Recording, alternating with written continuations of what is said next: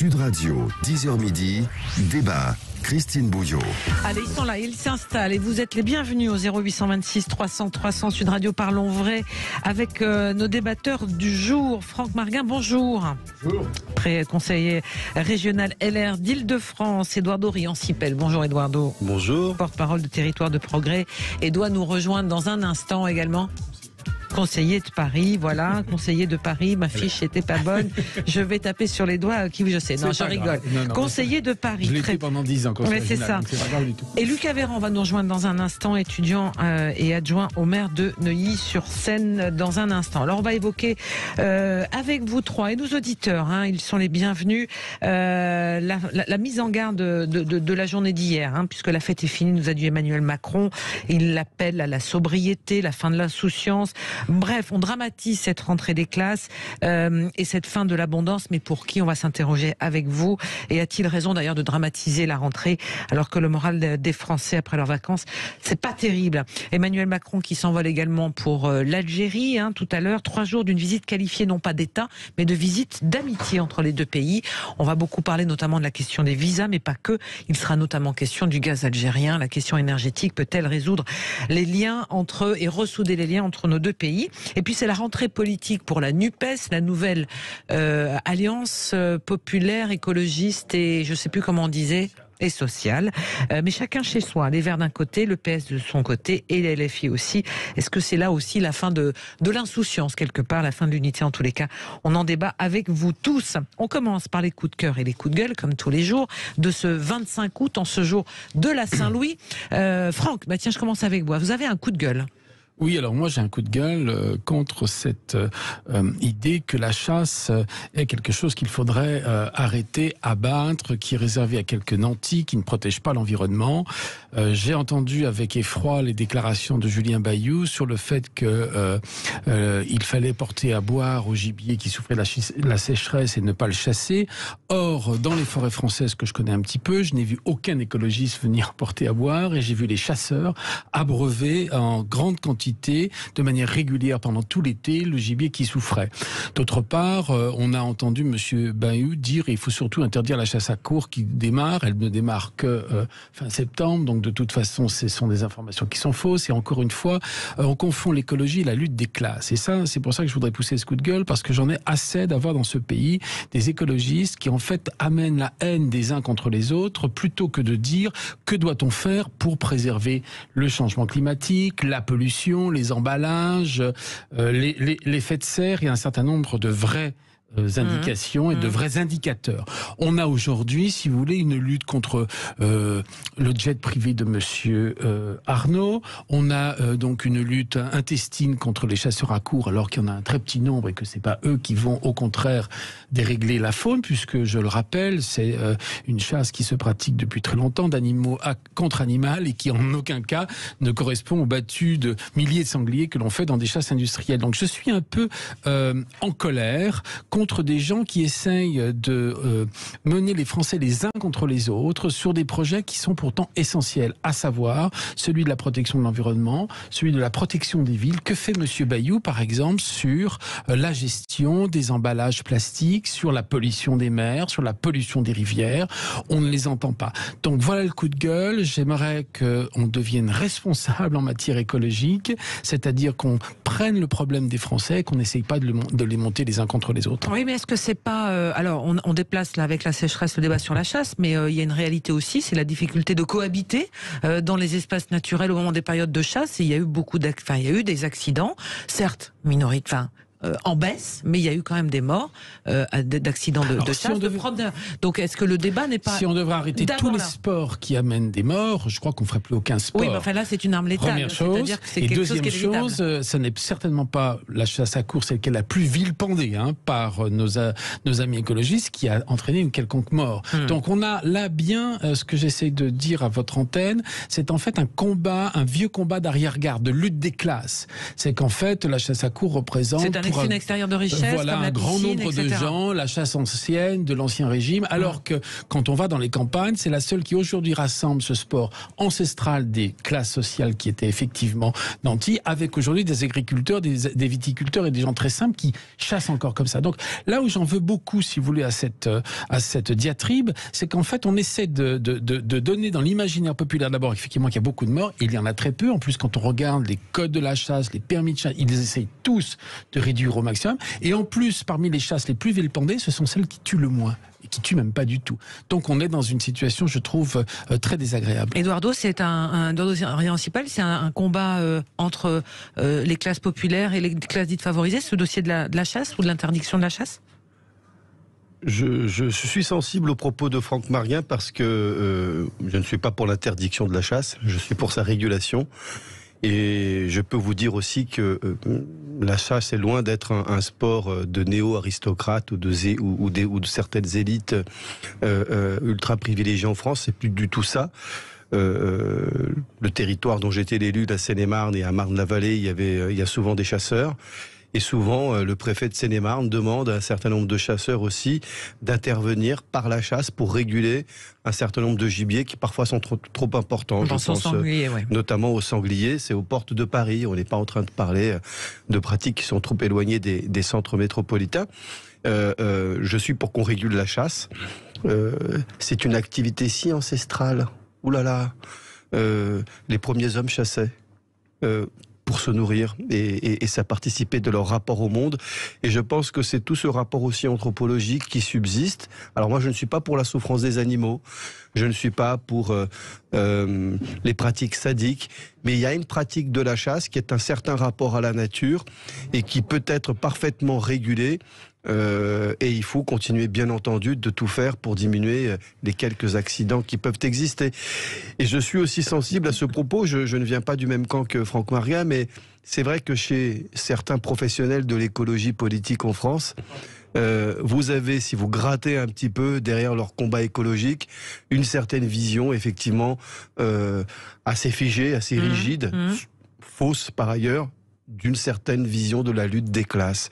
Et on joue en tout cas les différences de classe de manière très opposée, sans essayer à un moment donné de faire des plans qui eux permettent vraiment de répondre aux questions écologiques et aux questions sociales. Je crois qu'il y a une articulation entre la question écologique et la question sociale, mais je suis pas de ceux qui pensent qu'en essayant d'être dans une logique ultra prohibitive, le tout interdire, le tout empêcher, sans essayer de faire les transitions nécessaires, par exemple au lieu d'essayer de supprimer les voitures polluantes, d'un coup comme ça, c'est souvent ce qu'ils nous disent certains écologistes professionnels français, on va supprimer les choses, on va supprimer les jets.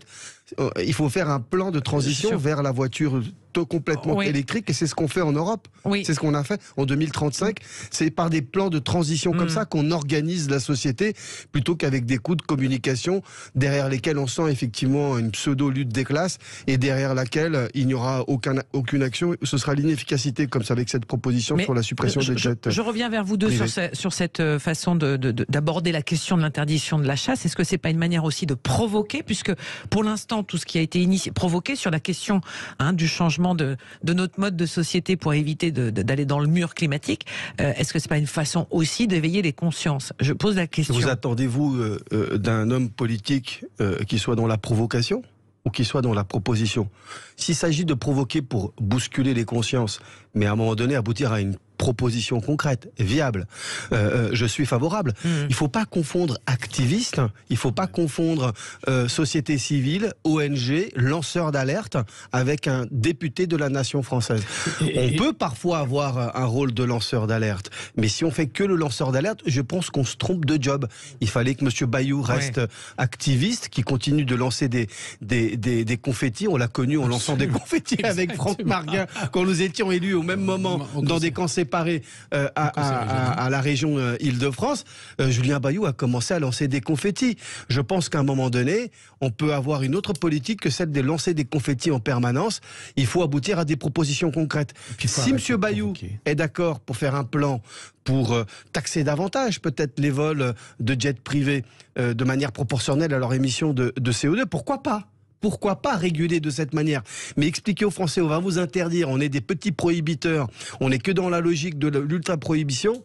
Franchement, ça mène nulle part et ça fait un truc très simple, hein, une écologie politique sous les 5% à la présidentielle. Oui, et surtout quand on voit leur leader à l'Assemblée, là, M. Portes ou M. Porte, je ne sais plus comment on prononce exactement son nom, qui en fait se balade dans les calanques avec son bateau à moteur digne d'un yacht et qui nous fait la leçon sur les jets privés de M. Arnaud. Alors moi aussi, j'ai un mal fou à accepter cette provocation. Je pense qu'on est dans une situation où les Français n'ont plus besoin d'être provoqués. Suffisamment de souffrance, suffisamment de galères de fin de mois, suffisamment d'inquiétude avec le réchauffement et avec la guerre. Alors provoquer pour provoquer, renfermer la guerre, je ne pense que c'est pas digne en fait d'un homme politique. C'est bon pour des associations, c'est bon pour des lobbies, c'est bon si vous voulez pour des gens qui s'emparent de cause avec la foi entre guillemets du charbonnier, c'est-à-dire celle qui ne veut jamais obtempérer sur un quelconque iota de compromission. Mais un homme politique responsable, élu, enfin il est là et moi je suis complètement d'accord pour faire des propositions. Alors une dernière chose, Eduardo. Une dernière chose très simple, on passe à une chose plus sérieuse peut-être que la chasse, et qui est aussi dans la logique d'interdiction et de prohibition de la part des écologistes, enfin des professionnels de l'écologie politique, Europe Écologie Les Verts par exemple, et d'autres qui veulent supprimer et interdire le nucléaire et l'énergie nucléaire en France. Super. Je veux dire, dans le moment actuel. On vient d'ailleurs de découvrir, si vous lisez le Canard enchaîné d'aujourd'hui, ou d'hier, pardon, que Gazprom, cette société gazière russe, finance à hauteur de plus de 100 millions d'euros une ONG ou une association allemande qui, elle, militait pour la fin du nucléaire et pour qu'on les remplace par des centrales à gaz, financées par M. Poutine et Gazprom. C'est super, c'est ça l'écologie politique. Et dans le moment actuel, vous voyez, on peut à terme, à très long terme, supprimer le nucléaire si on remplace par des énergies fiables, propres, totalement fiables. Mais aujourd'hui, c'est une solution pour la France et vouloir interdire ça, c'est être à côté de la plaque de la réalité. Allez, on va faire l'info de 11h, on est un petit peu en retard, on va parler de l'angoisse climatique dans un instant, c'est un sondage de nos confrères de Sud-Ouest justement, on va continuer là-dessus et avec vous également. Vous nous appelez 0826 300 300, vous êtes les bienvenus sur Sud Radio, à tout de suite. Sud Radio. Sud Radio. Parlons vrai. Sud Radio, 10h midi, débat. Christine Bouillot. Et avec vous au 0826 300 300 et nos débatteurs aujourd'hui, Franck Marguin, conseiller de Paris LR, et Eduardo Rian-Sipel, porte-parole de Territoire de Progrès. On va dans un instant évoquer les sujets du jour, la fin de l'abondance, mais pour qui? Emmanuel Macron qui part en Algérie et la NUPES qui fait sa rentrée politique en ordre dispersé. On parlait d'écologie il y a un instant avec le coup de gueule de Franck. Moi, je voudrais vous donner le sondage réalisé par nos confrères de Sud-Ouest avec le magazine de Challenge sur les priorités, en tous les cas les inquiétudes, les événements qui ont marqué les Français pendant cet été. Eh bien, à égalité avec l'inflation et la hausse des prix, ce sont les incendies de forêt en Gironde au mois de juillet et les fortes chaleurs. Autrement dit, il y a une angoisse climatique qui s'installe et pour longtemps, disent les analystes de cette enquête, l'angoisse climatique, est-ce que c'est quelque chose qui vous surprend, Franck, Eduardo? Alors, moi, elle ne me surprend absolument pas parce que à longueur de journée, d'informations en boucle, on culpabilise en fait l'ensemble de la population sur son impact négatif sur le climat. Et on en est à lui supprimer l'idée de piscine, de viande, de transport, d'avion. Et donc, personne aujourd'hui, et même le GIEC, ne fait une corrélation absolument sûre entre la manière dont on vit et le réchauffement climatique. Je ne vais pas être d'accord avec vous. Mais vous pouvez ne pas être d'accord. Mais vous pouvez. Mais vous pouvez. Je ne suis absolument pas un climato-sceptique. Je suis un sceptico-humain. Je ne sais pas quelle est la part réelle de l'être humain sur le changement climatique. Je ne suis absolument pas climato-sceptique, bien au contraire, je le vois et je le vis. Là, vous êtes totalement contesté par l'ensemble des climatologues sérieux, mais non, etc. Je pense qu'il faut faire attention. On a eu, depuis une dizaine d'années, une tendance à culpabiliser. Or, ce phénomène s'est accéléré. Et depuis 10 ans, je ne pense pas que le mode de consommation de l'être humain a été profondément modifié. C'est peut-être un impact humain de l'ordre d'un siècle et demi, et auquel cas on peut effectivement prendre le débat, mais ce qui serait intéressant, c'est de prendre des débats sérieux.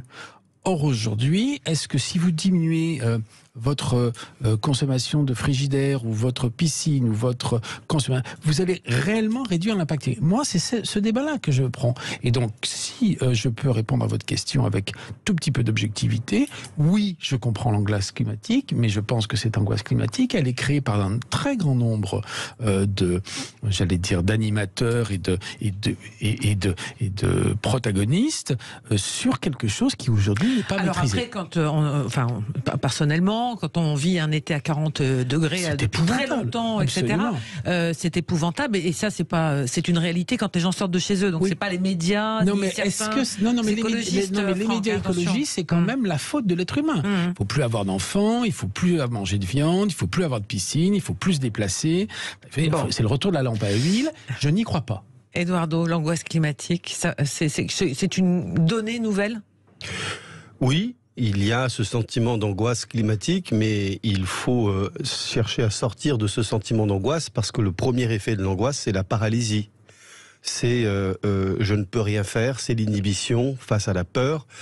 Et donc, il faut un sentiment de conscience sur la réalité du réchauffement climatique qui nous permet d'avoir la possibilité d'une action et donc de mobiliser la société et toute la société. Je crois que si on écoute les spécialistes du climat et notamment ceux du GIEC, la responsabilité de l'action de l'homme sur le réchauffement climatique, elle est claire. Elle est indiscutable ou difficilement discutable. Et même si on mettait de côté cette responsabilité de l'homme, pour savoir est-ce qu'il y a une responsabilité ou pas de l'homme, je mets même cette question de côté. Oui, à la limite. Et ce qui compte, c'est d'observer qu'il y a objectivement un réchauffement climatique. Nous allons avoir de plus en plus d'étés chauds et longs.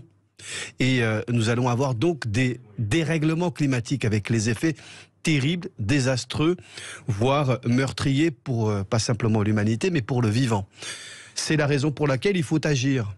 Mais il ne faut pas agir en produisant uniquement de l'angoisse. Il ne faut pas agir en essayant de culpabiliser les individus, les citoyens. Il ne faut pas essayer d'être dans un discours uniquement prohibitif. Il faut tracer des chemins, il faut tracer les moyens de la transition de la société, de la grande transformation de la société, de la grande adaptation de la société pour faire face au réchauffement climatique. Et c'est possible. Et c'est pourquoi nous devons donner de l'espérance aux gens, en montrant comment effectivement on peut avoir une action et un mode de consommation, de production, un mode de vie plus sobre, où on met des règles qui permettent d'avoir par exemple une activité économique, industrielle moins productrice de polluants. Je pense par exemple sur une chose très concrète, sur le parc automobile qui est polluant puisqu'il dégage du CO2. L'Europe, avec la France comme à l'initiative, a proposé un plan de sortie totale de la voiture polluante, de la voiture à combustible d'ici 2035, pour aller vers les voitures toutes électriques. Donc on peut organiser la société. C'est aussi faire en sorte que nos bâtiments ne soient plus des passoires énergétiques. La transformation de notre bâti, c'est nos modes de consommation. Donc il y a une transformation c'est vraiment une révolution industrielle. Ouais. Et il faut la faire pas à pas, organiser. Il faut aussi aller fort, mais en même temps, il faut l'organiser. Donc, quand vous avez, comme vous avez eu cet été, les incendies, c'est-à-dire la terre qui brûle, cet impact, vous ne pouvez que comprendre que cet objectif, même si c'est de l'ordre de la perception des sens et pas simplement des calculs et des statistiques. Mais je pense que les Français sont lucides. Plus que jamais, ils n'ont eu cette conscience aujourd'hui du réchauffement climatique et qu'il faut l'action. Parce que c'est comme ça qu'on préserve la vie, qu'on aura une meilleure santé. Allez. Et donc, il faut vraiment faire ça. Mais ça dépend de l'état d'esprit. Et encore une fois, non à l'angoisse. Et oui à l'espérance, mais avec la lucidité sur la réalité de ce qui se passe. Eh bien, on va demander à notre troisième débatteur qui nous rejoint, Philippe Boriaki. Bonjour, conseiller régional Île-de-France pour écologie au Centre. Bonjour Philippe, merci d'être avec nous. Vous écoutez donc notre conversation autour de ce sondage, cette angoisse climatique. Moi, c'est pas un coup de cœur ni un coup de gueule, c'est un constat. Et cette angoisse climatique qui devient prioritaire dans cette fin d'été pour les Français, au même titre que l'inflation, les questions, on va dire, sociales et économiques. Ça vous surprend, Philippe, ou pas ? Pas du tout. Alors, sans prétention de notre part, nous, les écologistes, depuis René Dumont, nous alertons. Je pense à des grands écologues comme Haroun Tazieff, comme le commandant Cousteau, depuis de longues années. Ça fait plus de 40 ans qu'on dit ce qui arrive aujourd'hui. Alors, on ne veut pas être pessimiste. Il y a des possibilités de retransformer la situation en décarbonant, en plantant des arbres, en consommant différemment. Vous savez, Jean-Marc Gambanatori, pendant la primaire populaire, pendant la primaire écologiste, pardon, c'est un lapsus, avait justement expliqué qu'il fallait qu'on transforme notre pays en grand potager, qu'il fallait qu'on arrête de bitumer et de végétaliser un maximum. Certains l'ont même décrié et raillé lorsqu'il a dit qu'il fallait qu'on mange moins de viande, mais mieux, de façon saine, de façon plus équilibrée, de façon plus harmonieuse. Nous devons respecter notre planète parce que, comme l'a dit si bien le président il y a quelques années, il n'y a pas de planète B pour l'instant, on verra dans les futurs siècles. Et donc, si nous détruisons notre bien commun, si nous détruisons ce qui nous permet de manger, de boire, de vivre, eh ben, nous allons droit à la 6e extinction et celle-ci sera irréversible. Alors, sans vouloir faire comme certains de mes amis qui sont encore à Europe Écologie Les Verts, de manière assez ultra alarmiste, parce que des sécheresses, on en a connu pendant ces 100 dernières années. Mais ce qu'on voit aujourd'hui, c'est que les choses s'accélèrent de façon violente et nous le renvoient aussi de façon violente. Donc nous prenons une écologie responsable, nous prenons une écologie incitative et pas punitive, ce qui a un contresens pour le commun des mortels. Vous savez, le Français lambda, dans un premier temps, a besoin, et le citoyen, le mondial, a besoin de se nourrir, a besoin d'être en sécurité, d'avoir un toit sur la tête. Les questions annexes... Comment vous analysez, Philippe, pardonnez-moi, mais comment vous analysez le fait, par exemple, que ça fasse débat, qu'on dise, par exemple, comme le fait Julien Bayou, peut-être qu'un jour, il faudra interdire les piscines privées? Est-ce que c'est démagogique? Est-ce que c'est provocant?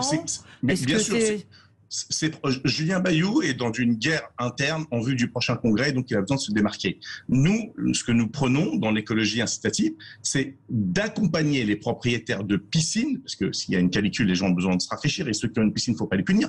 Il faut les inviter à mettre des cuves, il faut les aider à mettre des cuves pour récupérer les eaux de pluie et avoir une autre gestion, y compris sur... Et des piscines écologiques aujourd'hui. Bien sûr. Surtout, on ne l'invite pas tous les ans et on ne la remplit pas tous les ans. Par phytosanitaire. Non, mais c'est pas ça. C'est que nous pouvons récupérer les eaux de pluie, nous pouvons utiliser les eaux de pluie pour sommes le pire pays européen en termes de récupération d'eau de pluie, je crois. Vous voyez qu'on peut faire des efforts. Alors, messieurs, je voudrais juste qu'on accueille, parce qu'on va faire une petite coupure pub au 0826 300 300. C'est Maxime qui nous appelle depuis Metz. Bonjour Maxime. Bonjour. Alors Maxime, si vous le voulez bien, vous êtes avec nous. On va s'arrêter un instant, on fait la pause, et vous revenez. Vous êtes prioritaire au retour de la pause pour nous dire ce que vous pensez de ce débat autour de l'angoisse climatique. À tout de suite. Sud Radio, 10h midi, débat. Christine Bouillot. Et en compagnie de Franck Marguin, conseiller de Paris LR, Eduardo, décidément, Eduardo Rion-Sipel, je vous donne des galons, porte-parole de Territoire de Progrès, Philippe Bouriacri, conseiller régional Île-de-France pour écologie au centre. Alors, on était avant la pause à Metz avec Maxime qui nous a appelé. Bon, on vous retrouve Maxime, et vous vouliez réagir à notre débat autour de cette angoisse climatique, les solutions éventuelles pour y répondre. Alors oui, tout à fait. En fait, c'est simplement l'intervention de votre premier chroniqueur qui m'a un petit peu étonné, parce qu'effectivement, il se posait la question de l'effet, ou non d'ailleurs, de l'action humaine sur le changement climatique. Et ce à quoi je pense que la question est posée est légèrement biaisée. C'est-à-dire que aujourd'hui, on considère, à juste titre, dans une certaine proportion, que le CO2 est responsable de tous les maux. Or, le premier gaz à effet de serre de l'atmosphère, ce n'est pas le CO2 qui représente environ que 4%, c'est l'eau à l'état gazeux. Donc à partir du moment où une molécule de 3 composants, en tout cas, se retrouve dans l'atmosphère, elle ne laisse plus filtrer les rayons UV, et donc on favorise l'effet de serre. Donc ça, c'était la première des choses. Donc l'augmentation des températures induit mécaniquement une augmentation de la concentration de l'eau dans l'atmosphère, et donc augmente mécaniquement l'effet de serre. Ça, c'est la première des choses. Donc le CO2, effectivement, pose problème. Est-ce que c'est un problème ?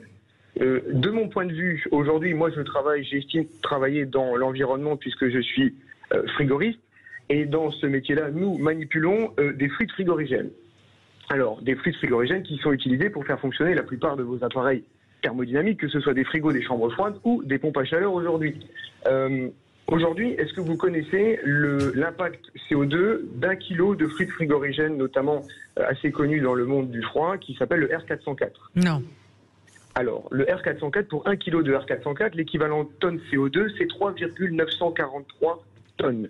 C'est-à-dire que pour 1 kg relâché dans l'atmosphère, vous émettez 3,9443 tonnes de CO2. Oui, oui. Aujourd'hui, il y a des fuites sur une majorité des appareils frigorifiques. Donc, on relâche de manière assez violente du fluide frigorigène tous les jours. Ouais. Donc, ce qui pose un vrai problème. Donc, le débat aujourd'hui, quand on nous explique qu'effectivement, il faudrait rouler avec des voitures électriques ou avec des voitures émettant moins de 30 grammes de CO2, je pense qu'il faudrait peut-être commencer par regarder ce qui se passe au niveau des appareils frigorifiques que nous utilisons tous les jours. C'est d'ailleurs noté dans le rapport du GIEC. Bien sûr. Bien sûr. Concernant les piscines, autre sujet, est-ce qu'il faudra un jour priver les gens de piscines? En fait, ce sera aussi peut-être mécanique, puisque j'habite, moi, dans une région qui n'est pas reconnue pour être la plus sèche de France. Et aujourd'hui, nous allons avoir vraisemblablement des coupures d'eau. Vous avez dû voir qu'à Gérardmer, dans les Vosges, ils ont dû puiser dans le lac puisque les nappes étaient vides. Nous-mêmes, à notre niveau, les nappes commencent à être attaquées. Ouais. Donc, effectivement, un jour ou l'autre... Mais vous aurez le climat de Montpellier, un jour ou l'autre, à Metz. Et c'est pas pratique, parce qu'en fait, on n'est pas prêt, si vous voulez. Oui. Et le vignoble. Et vous aurez des vins du Sud. Voilà, donc c'est embêtant.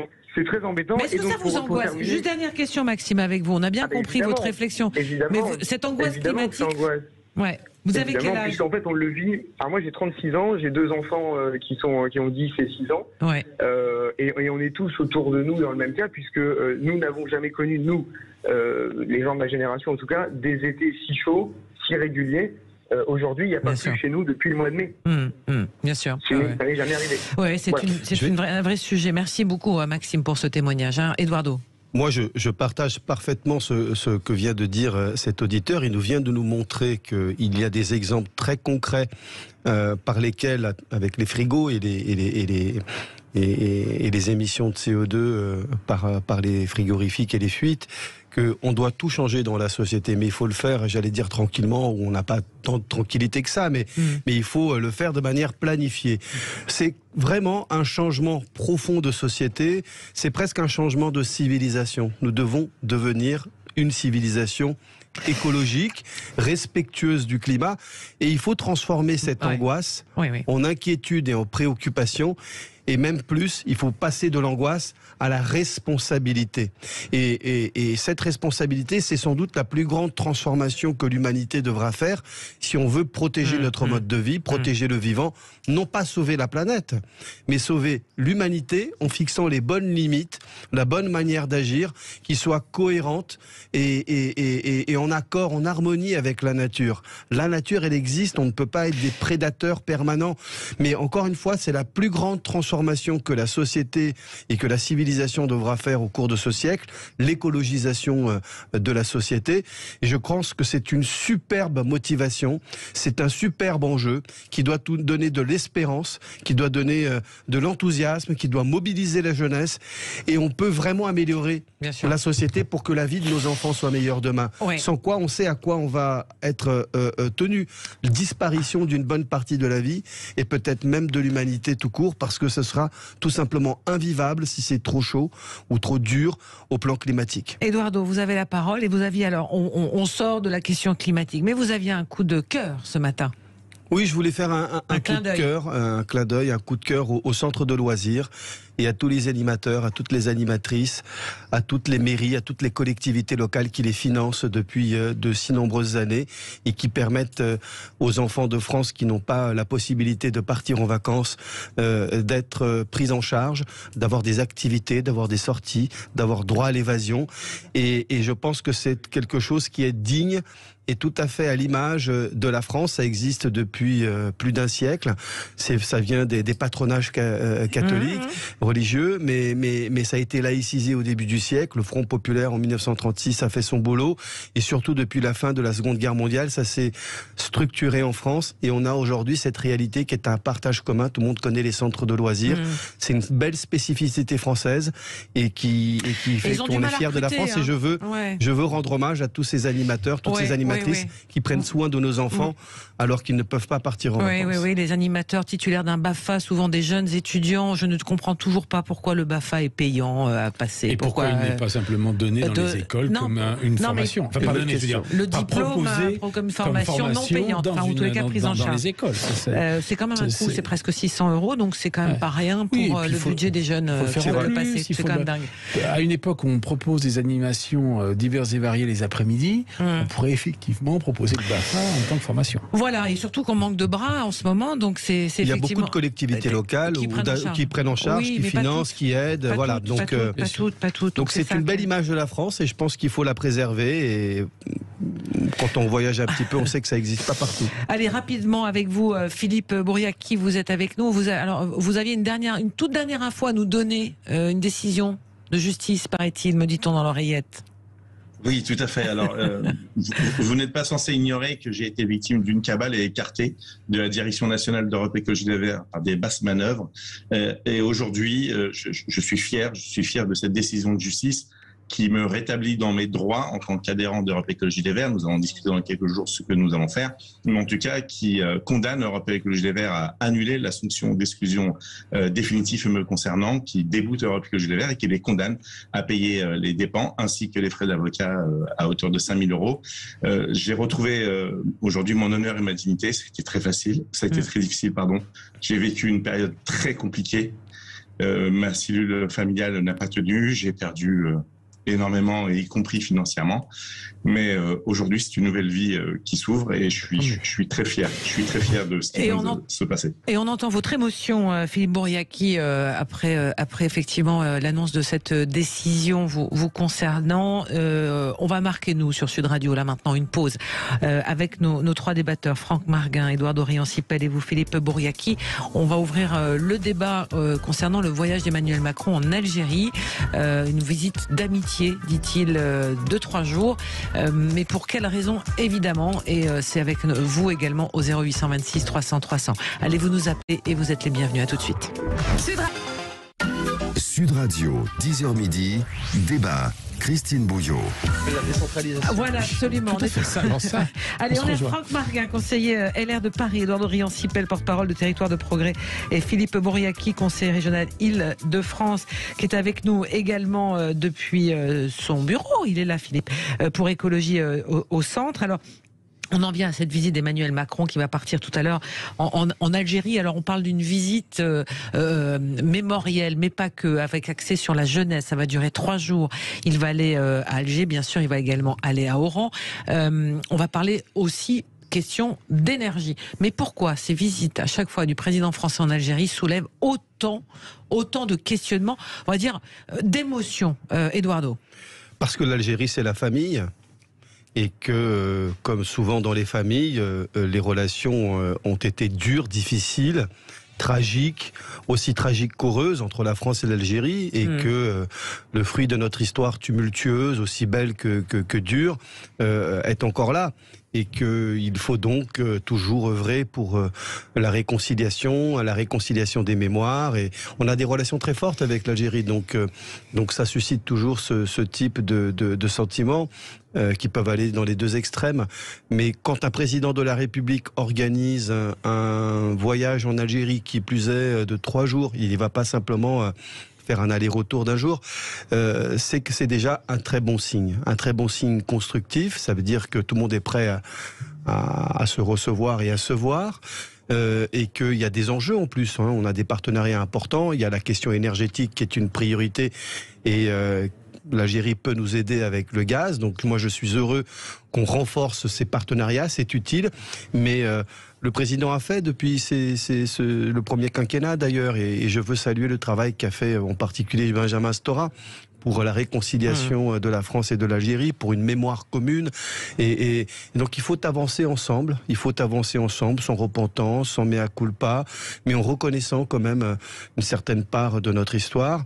Et en tout cas, voilà, quand vous avez un voyage qui peut se faire, c'est que c'est un très très très bon signe, que vous avez de la disponibilité de part et d'autre, de la part de l'Algérie d'une part, de la part de la France d'autre part. Donc je souhaite beaucoup de succès au président de la République et à tout ce qu'il a prévu d'entamer en lien avec l'Algérie. Philippe, quel est votre avis sur cette visite qui va démarrer tout à l'heure, puisque là, ce matin encore, Emmanuel Macron à Paris, mais il va partir. Cette visite dite apaisée, finalement, quelque part, plus ou moins. Et je suis très fier de cette visite. Je suis, comme vous le savez, franco-algérien. Et moi, je ne choisis pas entre ma mère et mon père, même si je suis ultra reconnaissant et ultra fier de mon pays, qui est la France, qui montre un humanisme et une force juste extraordinaire. Je suis très fier de cette visite, comme l'a si bien dit Eduardo. J'ai envie de dire, je n'ai pratiquement plus rien à rajouter. C'est vrai que 3 jours, ce n'est pas juste symbolique, c'est réellement essayer de dissiper certains malentendus ou certains propos qui ont pu heurter et blesser, et que le président de la République a tenu l'année dernière lors de certaines commémorations autour du 17 octobre 1961 et de l'autre 8 mai 45 qu'on occulte, qui n'existe pas d'ailleurs dans les livres d'histoire.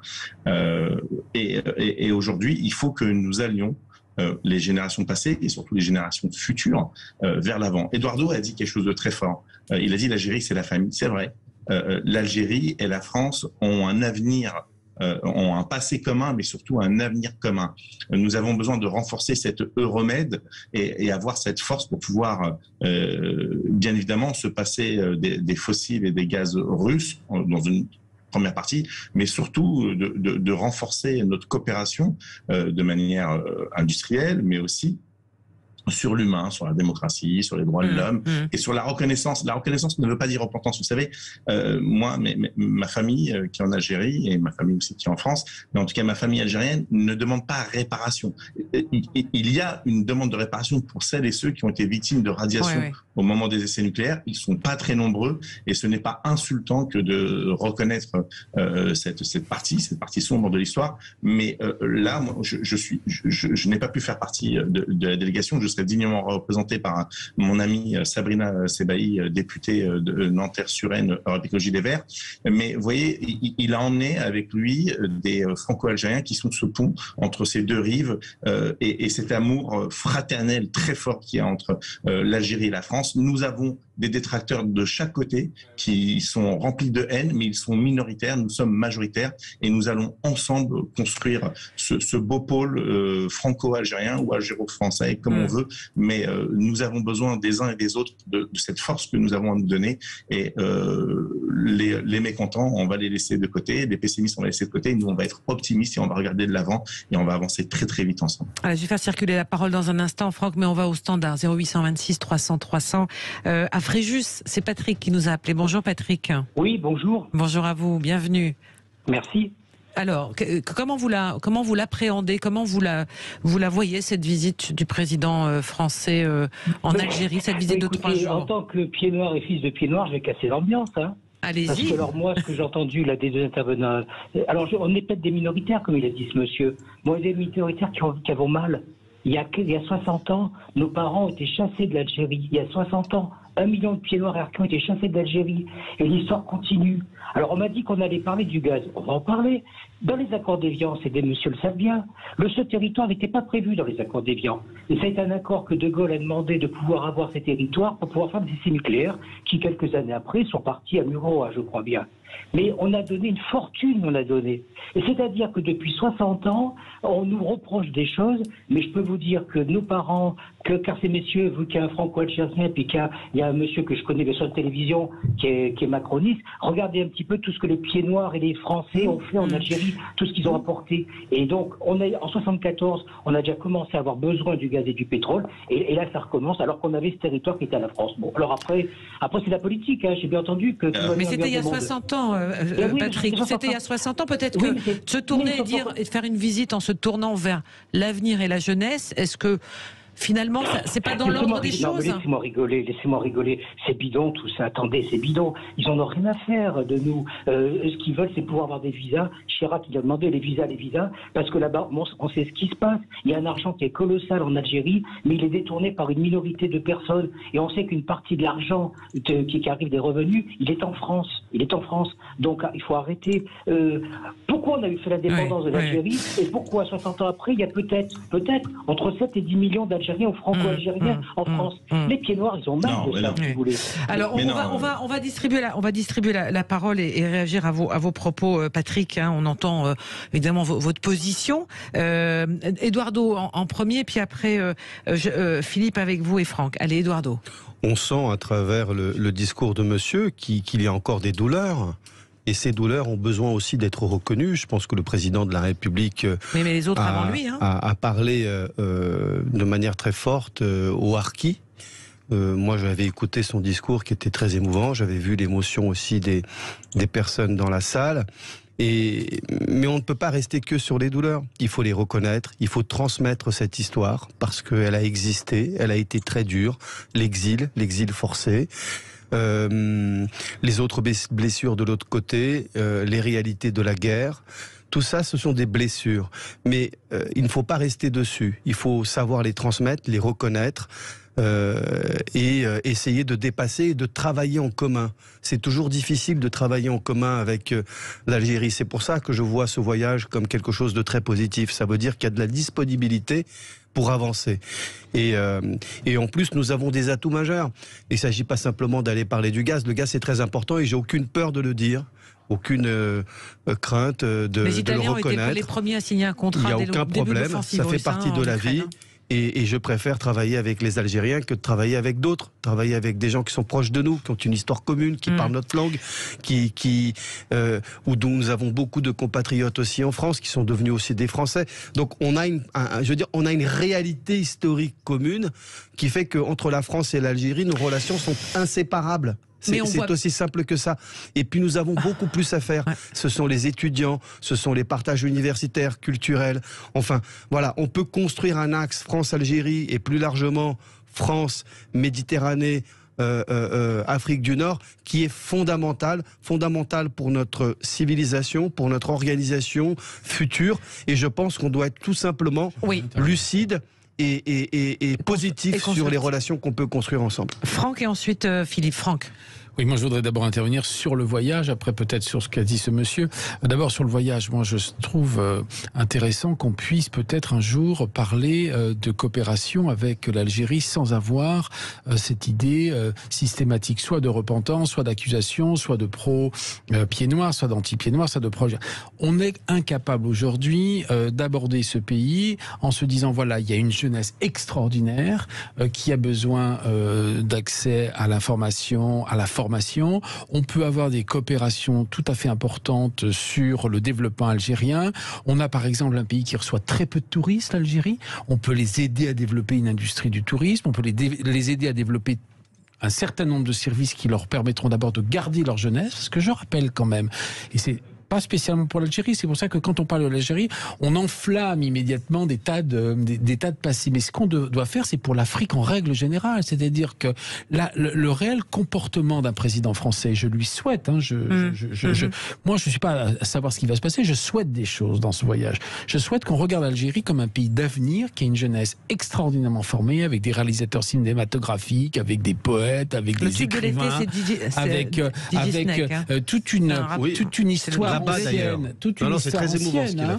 Et donc, cessons de regarder ce que l'on a fait, ce qu'on n'a pas fait. Cessons de regarder le présent et donc d'analyser l'histoire avec les yeux du présent. Il est évident que les yeux du présent peuvent être mauvais juges de ce qui s'est passé et décidé il y a 100 ans. Moi, je crois beaucoup dans la possibilité de l'Algérie de se trouver parmi les nations gagnantes du développement.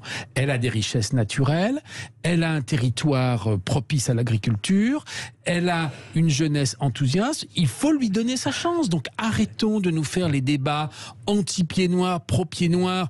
Et je suis d'accord avec Théodore, il y a une douleur qui est tellement immense. Je pense qu'un président de la République responsable aujourd'hui, c'est quelqu'un qui pave l'avenir d'un pays en voie de développement dans lequel la France a des relations historiques, mais pas que culturelles, économiques. Eduardo, mais deux phrases. Parce mais vraiment très court, parce que c'est à cause de vous. Vous avez cité DJ Snake qui a fait un super travail. C'est le tube de l'été. Ouais. Absolument. Et moi, j'ai regardé ça, j'ai découvert son travail sur le rail.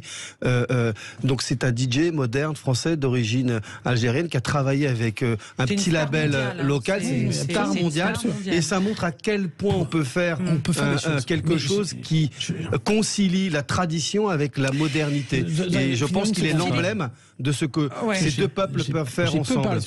Et encore un dernier mot, parce que ce qui nous relie en fait avec l'Algérie, juste un mot Franck si vous permettez, on a une civilisation tout entière en partage avec l'Algérie, c'est la civilisation méditerranéenne. Ce sont des millénaires. Et là, ce sont des structures de société et de culture très fortes. C'est ça que nous avons en partage et c'est inaliénable. Ce que je voudrais rajouter quelque chose qui est très important, c'est que tout le débat autour de l'immigration, qui est un débat pour moi extrêmement important et que l'on pourrait également intégrer dans ce voyage en Algérie, c'est aussi le développement local. On aura affaire à une immigration beaucoup moins difficile si les pays qui sont avec des richesses, et c'est le cas de l'Algérie, capables de garder leur jeunesse. Et je pense que le rôle aujourd'hui de pays comme la France et l'Occident en général, c'est de faire en sorte que ces pays puissent offrir à leur jeunesse de l'avenir, de l'espoir, des formations et du travail. C'est ça l'enjeu. Philippe, vous avez entendu le témoignage de Patrick de Fréjus, qui était vraiment un témoignage de cœur. J'ai bien entendu sa douleur et c'est tout à fait normal lorsqu'on vous déracine. Et vous savez, Patrick, en substance, il a dit que l'Algérie c'était son pays et il a raison parce qu'il vient de l'Algérie et donc il est algérien. Je voudrais juste dire à Patrick que je peux comprendre et que je partage sa douleur.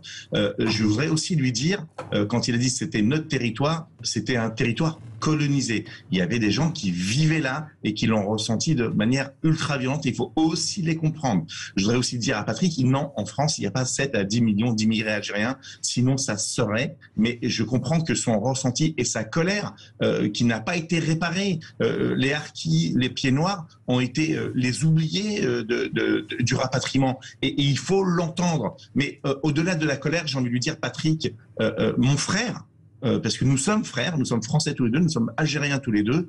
Il faut que nous mettions de l'amour entre ces deux peuples, entre ces deux rives, et il faut que nous allions maintenant vers l'avant, que nous regardions les générations futures. Eduardo et Franck. Mais pourquoi Philippe, pourquoi ces souffrances sont encore tellement présentes? Pourquoi ce dossier-là, on n'arrive toujours pas à passer outre? Parce que les gens ont été humiliés. Et lorsque vous êtes humilié, vous ne pouvez pas faire le deuil de cette violence. Lorsque vous avez aimé l'Algérie et qu'on vous a arraché de force c'est un travail d'historien, c'est pas enseigné. Tout à fait. Ouais, c'est ça. Tout à fait. Mais il faut non simplement, il faut faire un travail d'historien. Et Benjamin Stora fait partie de la délégation et il y sera. Et donc, il a fait un travail remarquable sur le 17 octobre et l'autre 8 mai 45. Mais Patrick, il faut qu'on entende. Il faut aussi que mes frères et ma famille algérienne entendent la détresse de ces pieds noirs qui aiment l'Algérie. Il faut que l'Algérie les accueille à nouveau. Ils ont envie de retourner sur la terre de leur enfance. Il faut que nous allions en face. L'amour doit être plus fort que la haine. Et Franck, moi, je suis prêt à vous rencontrer. Je suis prêt à qu'on aille ensemble sur la terre de votre enfance, sur la terre de vos aïeux. Et vous êtes algérien et vous êtes français. Nous sommes franco-algériens. Et je le dis avec le plus grand amour possible et inimaginable qui existe dans l'écologie au centre, comme vous voyez le cœur derrière moi. Allez, on va s'arrêter dans un instant. Patrick était à Fréjus, c'est de lui dont on parlait. On le salue à nouveau. Non, mais il n'y a pas de souci. On va revenir sur cette visite. Mais petite information que je vous livre à l'instant. Peut-être qu'on va en débattre dans un instant après la coupure de Sud Radio, de la coupure pub. Eh bien, Emmanuel Macron vient d'annoncer qu'aucun enseignant ne débutera sa carrière sous 2000 € net mensuels. Petite annonce donc du chef de l'État avant de partir. Il faisait un discours ce matin à la Sorbonne sur l'éducation. C'est une bonne nouvelle. Donc, c'est une très bonne nouvelle. Ça. Attendue et importante. Et attendons de voir. Voilà, c'est la petite info. Dans un instant, on va évoquer avec nos trois débatteurs la NUP ou la NUPES, je ne sais toujours pas comment on dit, fait sa rentrée politique, mais chacun dans son coin. Est-ce que c'est logique? Est-ce que c'est le début de la fin de l'unité? On va en parler avec vous également au 0826 300 300. À tout de suite. Sud Radio, 10h midi, débat. Christine Bouillot. Avec Franck Marguin, conseiller LR de Paris, Eduardo Riancipel, porte-parole de Territoire de Progrès, Philippe Bouriaki, conseiller régional de France pour écologie au centre. Alors, je vous livrais l'information, donc le discours d'Emmanuel Macron devant les recteurs ce matin à la Sorbonne avant de partir pour sa visite en Algérie. Donc, il annonçait qu'aucun enseignant débutant ne serait payé en dessous de 2 000 € net, mais surtout sa petite phrase qui va faire couler beaucoup d'encre, certainement. Je vous la livre. Il faut être lucide, l'école n'est plus à la hauteur. C'est le constat du chef de l'État devant l'ensemble des recteurs d'académie à quelques jours de la rentrée des classes. Aveu d'échec. Non, enfin, mais une certaine, un courage. Une lucidité. Vous saluez ce genre de phrase, vous ? Et une responsabilité. C'est terrible. Non, mais il ne faut pas le prendre personnellement. Je vais vous dire ce que j'en pense. Démarrer l'année. Non, mais il ne faut pas le prendre personnellement. Mais je pense que c'est quand même courageux de le dire parce que quand on sait qu'il y a toujours une centaine de milliers d'enfants qui sortent sans aucun diplôme ni formation du système scolaire tous les ans. Il a été de l'école, sa priorité. C'est pas comme s'il n'avait pas fait quelque chose. Eduardo, je finis. C'est pas comme s'il n'avait rien fait. Il a évoqué des élèves malheureux, des parents anxieux, des professeurs pas reconnus. Quelque chose ne marche pas dans l'organisation collective. Mais chère Christine, est-ce que c'est pas la réalité de milliers de familles ? Donc déjà de mettre des mots sur ce que ressentent les familles et arrêtons l'hypocrisie. À chaque fois qu'une famille, même des classes moyennes, peut faire échapper son enfant du système scolaire public pour aller dans le privé parce que ça les rassure, parce que etc. Donc ça veut dire qu'à ce moment-là, il y a une difficulté dans l'école publique, qu'il faut le reconnaître, qu'il faut donc se donner les moyens. Non, mais le reconnaître en 2022, pardonnez-moi, mais les syndicats, moi je suis sur le terrain aussi, les syndicats d'enseignants, alors on en pense qu'on en veut, etc. Mais les parents d'élèves, tout le monde tire ce constat depuis combien d'années, Eduardo ? Quand même, des années. Mais attendez, vous venez d'annoncer deux choses. Il ne dit pas ça simplement en l'air. Il fait une annonce que j'ignorais en plus sur la rémunération des enseignants. Tout le monde l'attendait parce qu'on trouve insupportable que des enseignants soient sous-payés en France alors qu'ils sont chargés quand même de former la jeunesse pour le futur. Bref, ils sont en charge de la France du futur. Les enseignants, c'est pas rien. En plus, on a une superbe école publique. Je faisais mon coup de cœur sur les centres de loisirs. Mais les centres de loisirs, ils répondent à ce premier grand volet de la France républicaine, l'école gratuite. Ce que je veux vous dire, Eduardo, c'est que démarrer l'année scolaire en disant en gros que l'école n'est pas à la hauteur. Il ne faut pas arrêter. L'ascension sociale n'a pas disparu dans ce pays quand même. Je pense que malheureusement, il faut un super job pour beaucoup de gens.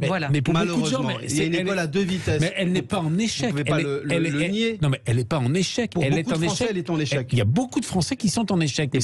Et les raisons, mais qu'il y a des profs géniaux, que les raisons ne sont pas que l'école. Si, il y a des problèmes, malheureusement, l'école n'a pas su répondre d'intégration des parents, il y a des problèmes d'éducation. On n'a jamais su répondre aux défis de la massification. Il faut arrêter de faire des constats systématiques, dire on va dépenser beaucoup d'argent sans se poser les premières fois. Moi, ce que je reproche aux macronistes depuis le départ, c'est toujours faire des constats, toujours d'avoir des bons mots, mais c'est quoi les actions ? Mais je sais pas, attendez. Les actions, il faut arrêter quand même. Philippe, qui n'est pas avec nous en studio, vient de nous annoncer une rémunération qui ne serait pas en dessous de 2 000 € pour les enseignants. Il va y avoir quoi comme condition ? Jamais content. Je voudrais que Philippe, Franck Eduardo, s'il vous plaît. Vous voyez en classe comment ça se passe ? Franck Eduardo. Philippe, est-ce qu'il a raison, le chef de l'État ? Alors on change complètement de sujet, mais en cours de route, est-ce que c'est un constat d'échec, un discours de vérité ? Comment vous analysez de manière brute cette phrase autour de l'école ? Alors, je suis absolument pas macroniste, mais je vais rejoindre Eduardo en disant que c'est courageux. C'est le premier président de la République qui dit ce constat, qui est fait bien évidemment par des professionnels. Et je pense qu'il faut faire confiance aux professionnels. Je pense qu'aujourd'hui, c'est une reconnaissance aux enseignants. Dit plusieurs fois, c'est pas vrai. Pardon. Monsieur Blanquet l'avait déjà dit plusieurs fois. C'est pas la première fois qu'on reconnaît que... Excusez-moi. Philippe, on laisse finir Philippe, allez-y. Je parle de chef de l'État. Blanquer n'était pas jusqu'à présent chef de l'État. Preuve du contraire. Monsieur, je vous prierai de me laisser terminer. En tant que républicain... Allez-y, Philippe. Voilà, je disais que c'est le premier chef de l'État à faire ce constat.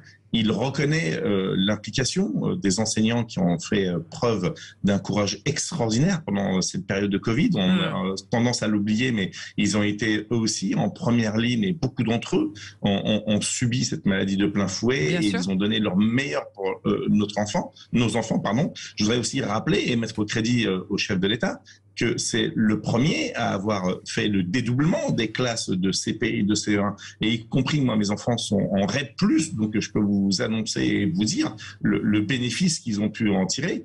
Maintenant, faire le constat, si on ne met pas réellement les moyens derrière pour permettre à ces professionnels de pouvoir donner les lettres de noblesse de notre République, liberté, égalité et fraternité, je rajouterai solidarité, ça ne fonctionnera pas malheureusement derrière. Donc moi, je ne suis pas quelqu'un de pessimiste. À Écologie au Centre, nous sommes des gens optimistes. Oui. Nous laissons la chance au produit, et je voudrais que sur un sujet aussi important, qu'on ne fasse pas de guéguerre de chapelle et que nous soyons tous unis derrière le chef de l'État, mais en prenant en compte tous les acteurs, les élus locaux, les élus départements, les élus locaux parce qu'ils gèrent les primaires, les ATSEM, les départementaux parce qu'ils gèrent les collèges, les régions, et je remercie le super travail qui est fait par ma présidente, Mme Valérie Pécresse, pour les lycées, et donc il ne peut pas tout seul tout décider. S'il ne met pas tous les acteurs politiques, associatifs, éducatifs en place et institutionnels, ça ne pourra pas fonctionner malheureusement.